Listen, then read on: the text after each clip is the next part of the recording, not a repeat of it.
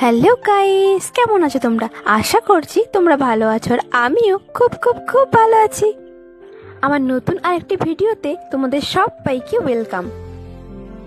যেহেতু আমি আজকে অনেক দেরিতে ঘুম থেকে উঠেছি, তাই মাথার মধ্যে একটাই টেনশন কাজ করছিল যে 12:30টার মধ্যে কি আমার রান্নাটা কমপ্লিট হবে, কারণ বাবা 12:30টার মধ্যেই দুপুরের খাওয়াটা করে থাকে।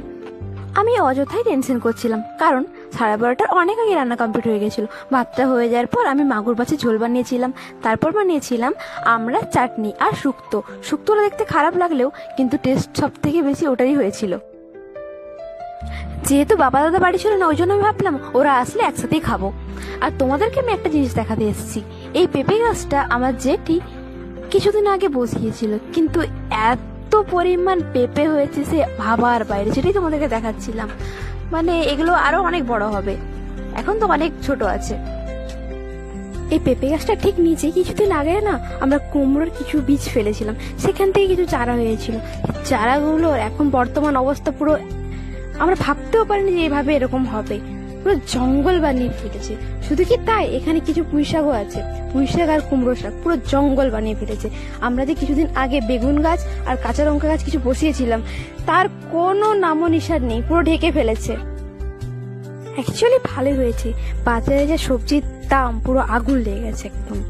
এর থেকে ভালো না বাড়িতে যদি আমরা কিছু শাকসবজি বসিয়ে এত জঙ্গলের মতো সবজি পেতে পারি, তো এটা ভালোই। যখন আমি সবজি বাগানের সামনে ছিলাম, তখন দেখছি কি আমার মামা একটা এসছে গ্রামের, তারপর নিয়ে এসেছে আমাদের জন্য কাঁঠাল, আম, মিষ্টি। কাঁঠাল যদিও আমার ভালো লাগে না, কিন্তু এঁচোড়টা ততটাই ভালো লাগে যতটা খারাপ লাগে কাঁঠাল। কিন্তু মামা বাড়ির জিনিস, এটা তো খেতেই হবে, তাই না? বিকেলের পর থেকে আকাশ তার ভয়ঙ্কর রূপটা দেখাচ্ছিল, মানে প্রচন্ড পরিমাণে ঝড়, তার সাথে বাজ। আর মনে হচ্ছিল যদি একবার বৃষ্টিটা শুরু হয় না, পুরো একদম বন্যা করে দিবে। আর তাই হয়েছিল। বন্যা না হলেও এত পরিমাণ বৃষ্টি হয়েছিল যে কি, আমাদের বাড়ির সামনের ক্যানেলটার অবস্থা দেখো তোমরা। শুধু কি তাই, ক্যানেলটার সাথে সাথে সামনের রাস্তাটা দেখো। আর একটু যদি বৃষ্টি হতো না, কোনটা ক্যানেল কোনটা রাস্তা বুঝতেই পারবে না। আর আমাদের পুকুরের অবস্থাটা একবার দেখো, সেটাও ভরে গেছে। যেহেতু সারা বিকেল থেকে সন্ধে অবধি বৃষ্টি হচ্ছিল, তাই জন্য পুকুরের কিছু মাছ ওই সামনের ক্যানেলটা যাওয়ার চেষ্টা করছিল, কারণ পুকুরটা ডুবতে প্রায় একটু বাকিই ছিল।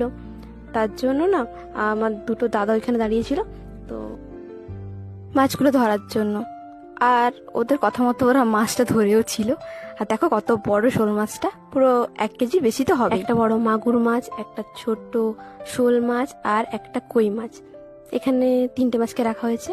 আর সব থেকে বড় শোল মাছটাকে একটা অন্য বড় হাঁড়ির মধ্যে রাখা হয়েছে। তার সাথে কিছু শিঙি মাছ আছে, কিছু কই মাছ আছে। বড় জায়গা হলে না ওদেরও একটু থাকতে ভালোই লাগবে, ছোট জায়গায় হলে একটু প্রবলেম হয়ে যাবে। তো আমরা এটাই দেখছিলাম সবাই মিলে। আর দাদা বলছিল যে অনেক খিদে পেয়েছে, মুড়িটা মাখা। তো তাই জন্য আমি মুড়ি মাখাচ্ছিলাম। মুড়ি মাখাচ্ছিলাম তো টাইম লাগে, তাই না? আমার দাদার অবস্থাটা দেখো তোমরা, সাইড থেকেও নিয়ে নেবে। আরে মাখাচ্ছি তো নাকি খাওয়ার জন্যে, যত টাইম দে। আর গল্প করছিলাম, এমন গল্প আমাদের 3জনের হচ্ছিল যে কি বলবো। আমি যে একবার লবণ দিয়েছি সেটার মনে নেই, আবার লবণ দিয়ে দিয়েছি, তার ফলে মুড়িটা একটু লবণ হয়ে গেছিল বেশি। তো বাবাকে জিজ্ঞেস করছিলাম তুমি কি চা খাবে, বাবা তো না বললো, তাই জন্য দাদার জন্য 1 কাপ আর আমার ফেভারিট কাপে আমার ফেভারিট চা খাচ্ছিলাম। আর বাবা দাদা আমি গল্প করছিলাম।